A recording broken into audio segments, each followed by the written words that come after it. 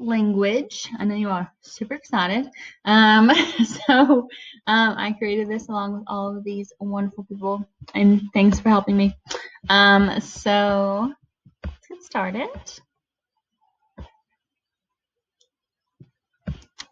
First up, we have Synecdoche. So this is a term which means that where parts of something represent the whole of something. So, if someone has like a nice car, you might say, "Oh, that's a hot set of wheels there, my friend." So you're saying wheels for the whole car, or you could say he's a suit.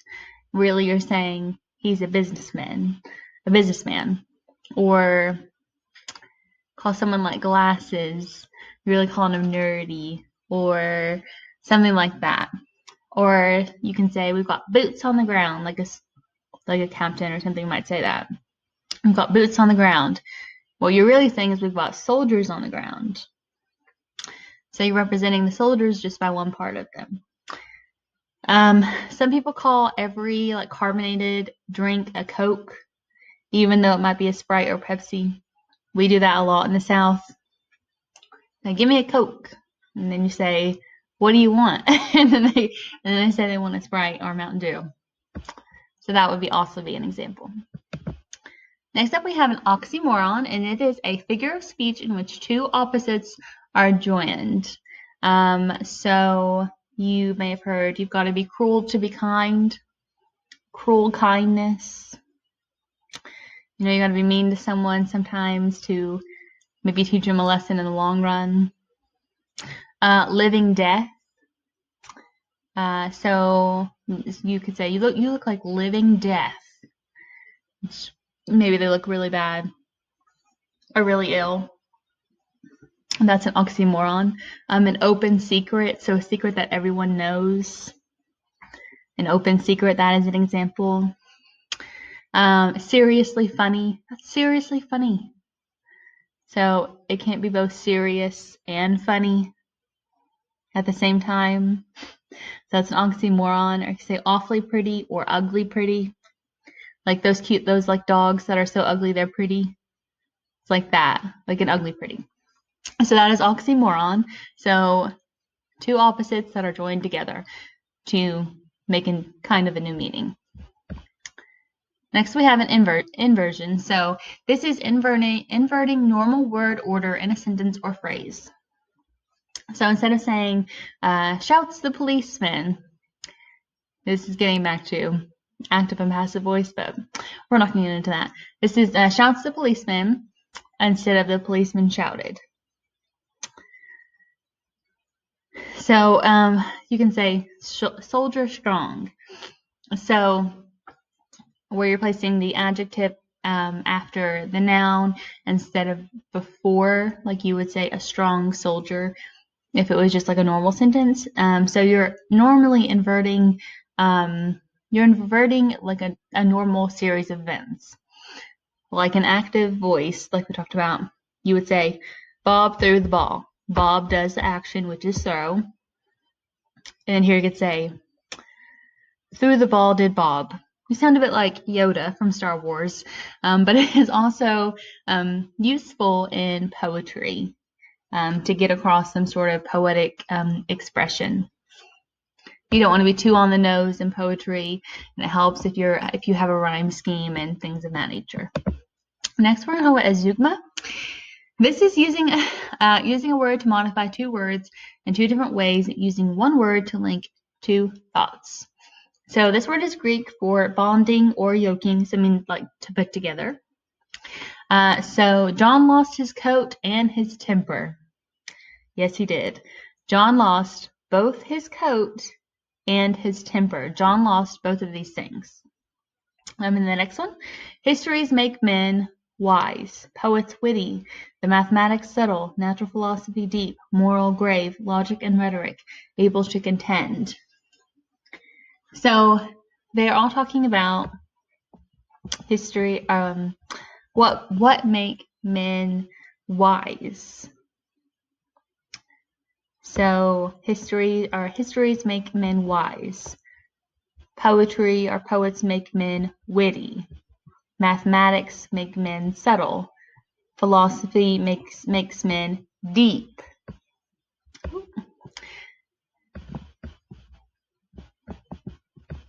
3 out of 10.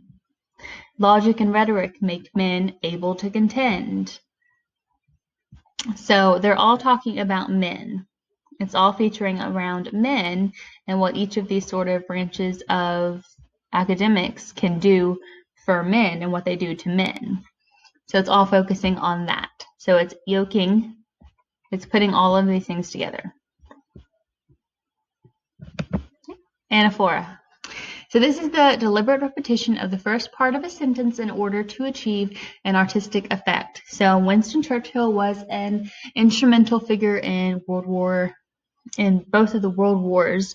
He was Prime Minister of England, I think a couple times. And so this is one of his most famous speeches. It says, "We shall not flag or fail. We shall go on to the end. We shall fight in France. We shall fight on the seas and oceans. We shall fight with growing confidence and defend our strength in the air. We shall defend our island, whatever the cost may be. We shall fight on the beaches. We shall fight on the landing grounds. We shall fight in the fields and in the streets. We shall fight in the hills. We shall never surrender." So this is this repetition of we shall, this uniting. And he's saying it because this is in a speech to bring all of the people of England who are fighting against their enemies together. So it's, we shall do this. We shall do this. So it is a repetition of this idea, and I think it is to good artistic effect. So it's very pleasant. It's pleasing to hear. It's very interesting. So there we go. So I'm going to pause this for a second. So Disney does figurative language probably better than anyone. So what we're going to do is we're going to watch this video, this Disney video. And shrink this. We're going to watch this video where Disney talks about different kinds of figurative language. And I hope that you like it.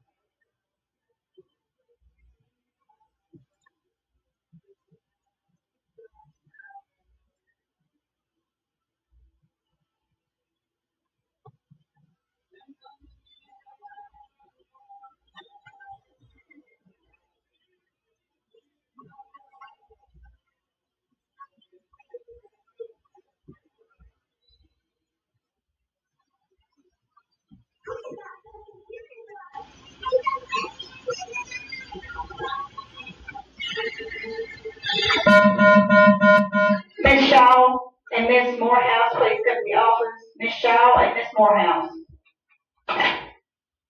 Let's return.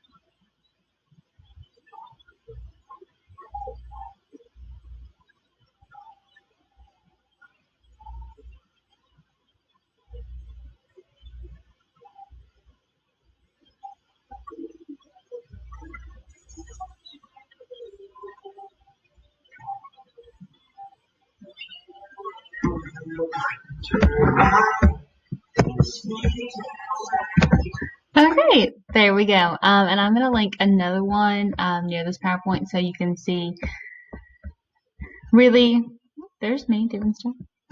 I'm going to link another one in this PowerPoint so that you can also watch it. It has more examples, and I think it's an interesting way to learn figurative language by using something that you know and that you love. So this is alliteration. 2 or more words in a sentence with the same beginning consonant sound. So I'm pretty sure you all are familiar with alliteration. So we're saying, like Aladdin, when he sings A Whole New World, I can show you the world, shining, shimmering, splendid. That is the beginning of the S sound. Okay? And then Let It Be by the Beatles. Whisper words of wisdom, that W alliteration. Repeating W, repeating S. Next is the rhetorical question. This is a question asked just for effect or to lay emphasis on some point when no real answer is expected. So in The Little Mermaid, when she sings Part of Your World, and she says, "Look at this stuff, isn't it neat? Wouldn't you think my collection's complete? Wouldn't you think I'm the girl who has everything?" Now she's singing this by herself, so she already knows what answer she wants, and she doesn't expect the audience to provide an answer. Also, when you are maybe venting your frustrations, you're very angry about something, I just can't believe it, and you just want to complain. You just want to complain, that's it. And then someone like tries to offer you advice. You're like, well, who asked you? Or when you're arguing with someone and someone else tries to butt in, you're like, who asked you? You don't really want to know because you just don't want them to butt into your argument. So that is an example of a rhetorical question. Next we have archaic diction. So this is when a word or a figure of speech is considered to be very outdated. So just think of Shakespeare when you think of this, archaic diction. So it's how people used to talk in the old days. Thee, thy, thou is how I think of it. You're saying, light through yonder window breaks. So yonder, thou sweet. So any kind of archaic language. This one is a repeating a phrase in reverse order. So say, you like it likes her. You like him, he likes you. You say fair is foul and foul is fair. That is from Macbeth, and we've all heard this one. I try to live by it, but they say if you fail to plan, you plan to fail. So if you fail to plan out your events or what you're going to do, then you might as well be planning to fail whatever task you haven't even done yet. John F. Kennedy has one. Ask not what your country can do for you, but what you can do for your country. And then we have Snoop Dogg hitting us with my mind on my money and my money on my mind. That is a musical example. So it's reversing and repeating. And this one is a writing style, actually, where conjunctions are eliminated and a series of words or clauses used to shorten a sentence and focus on meaning. So instead of saying, I came, I saw, and I conquered, you would just say, I came, I saw, I conquered. I feel like it's more powerful in that sense without the conjunction and. So you can say, this is the villain who deceived you, cheated you, who meant to betray you completely. Now, if you say it quick and fast like that, then you feel like the impact of it. You can almost hear the tone. But if you said, this is the villain who deceived you and cheated on you and who meant to betray you completely, then that sounds more like you're taking too long to think of the list of things that they have done to you, which lessens the impact, and this is about impact.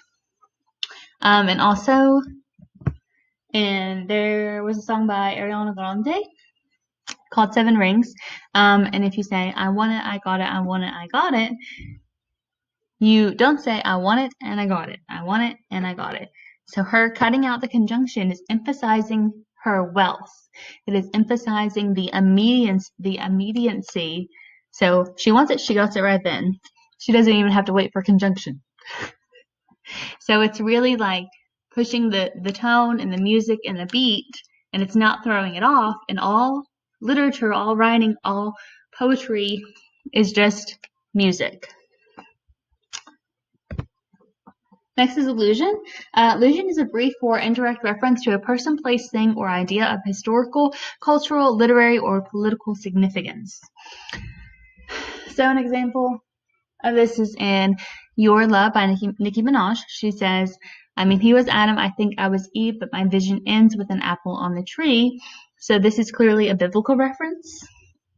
Also in 7 Rings, Grande sings, happiness is the same price as red bottoms. I think we've had this one before when talking about allusions. So red bottoms are the Christian Louis Vuitton shoes that are like $800 plus. So she's talking about her wealth in that song, and she's using red bottoms. So she's using the Louis Vuitton shoes without actually naming them. So that is an allusion.